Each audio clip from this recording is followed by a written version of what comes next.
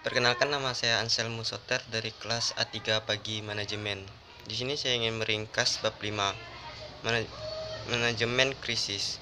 Krisis terjadi bahkan pada perusahaan yang mengambil tindakan untuk menghindarinya.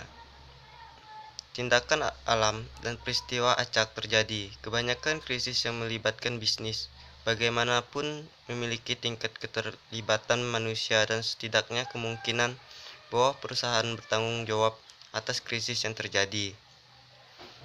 Keterlibatan manusia dapat berada di pihak perusahaan seperti dalam kasus tumpahan minyak Exxon Valdez.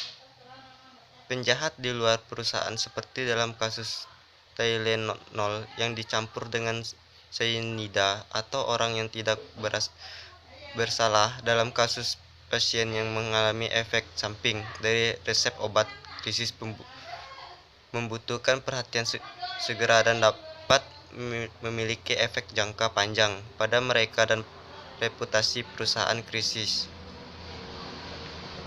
Banyak perusahaan, bahkan yang belum pernah mengalami krisis, telah mengambil langkah-langkah untuk mengurangi kemungkinan terjadinya krisis. Merumuskan rencana kesiapsiagaan manajemen dan mengembangkan rencana tangkap krisis. Walmart telah mempelajari perakiraan cuaca dan memproyeksikan kemungkinan jalur badai Katrina dan telah mengirimkan ke toko-toko.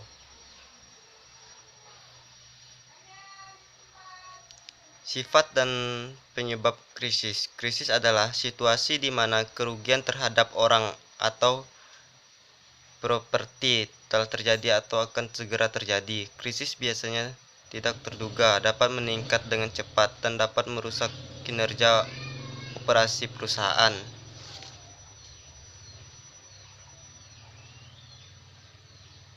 Dan kredibilitas manajemen krisis seringkali membutuhkan tindakan di bawah tekanan waktu, sehingga manajemen harus bertindak dengan rasa urgensi. Krisis dapat menarik perhatian media dan aktor politik swasta.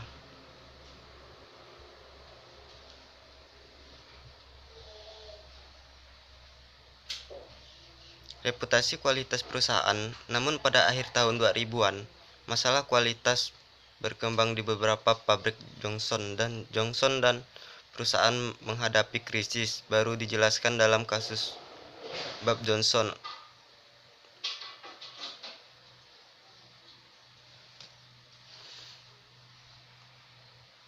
Pola dari pengembangan krisis. Krisis seringkali memiliki pola yang dapat dikonseptualisasikan dengan menggunakan kerangka siklus yang diperkenalkan pada bab 1. Diadaptasi untuk manajemen krisis. Tahapannya adalah identifikasi, eskalasi, intervensi, dan penyelesaian kasus. Bab 4.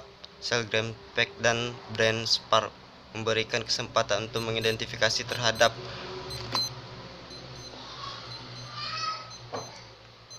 perkembangan krisis yang diakibatkan oleh rencana sel untuk menggelamkan kapal penyimpanan minyak yang sudah usang di Laut Utara.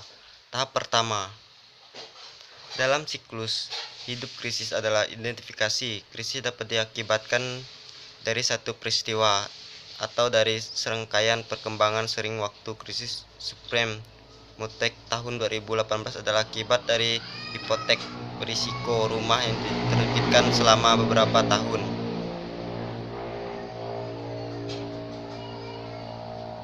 Beberapa krisis memiliki penyebab yang tidak bisa dan cukup mengejutkan, seperti yang ditunjukkan oleh contoh Perrier.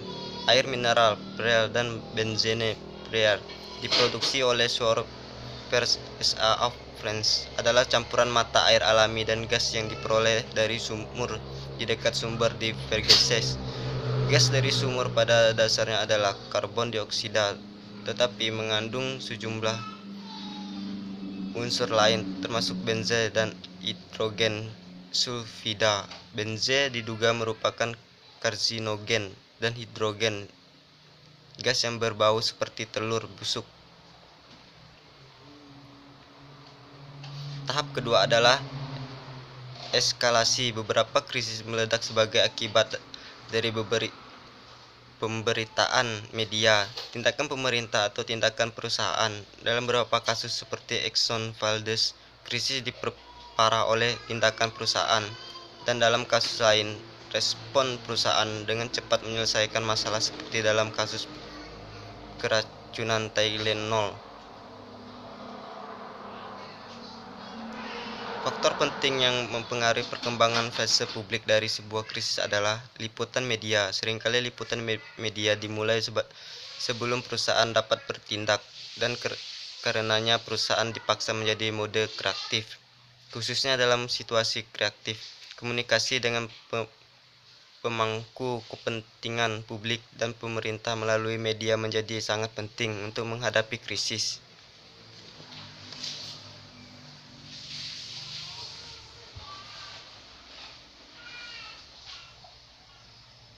Bab 3 berfokus terutama pada media yang dilembagakan, tetapi dengan eksternal. Setiap pun dapat mengambil peran media konsumen, aktivis, dan karyawan yang tidak puas dalam memposting pesan di blog dan video di YouTube. Di situs lain, posting ini dapat mengidentifikasi, mempercepat, atau menyebabkan krisis. Internet juga memberikan kesempatan bagi perusahaan untuk berkomunikasi dengan pemangku kepentingan serta para pengkritiknya.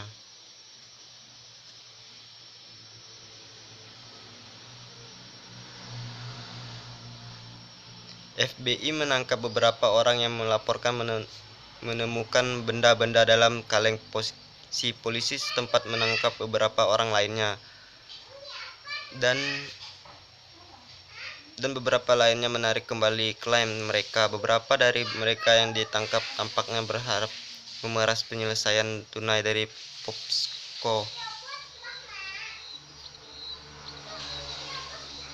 Satu jari pasti akan melaporkannya ke perusahaan dan mencari perawatan medis.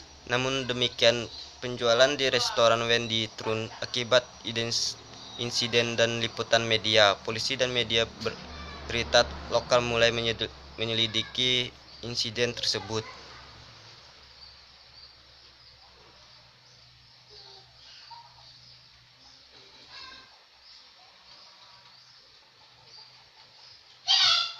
Tanggapan respon mencakup tindakan untuk menyelesaikan krisis, menangani akar penyebabnya, dan berkomunikasi dengan pemangku kepentingan publik dan pemerintah. Tindakan yang tepat bergantung pada akar penyebab dan situasi spesifik.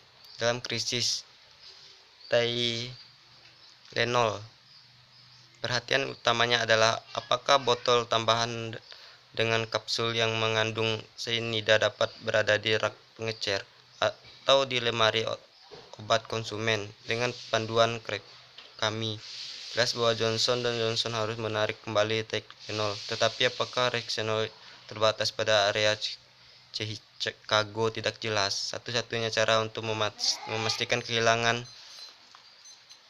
lebih lanjut adalah dengan mengeluarkan penarikan kembali nasional.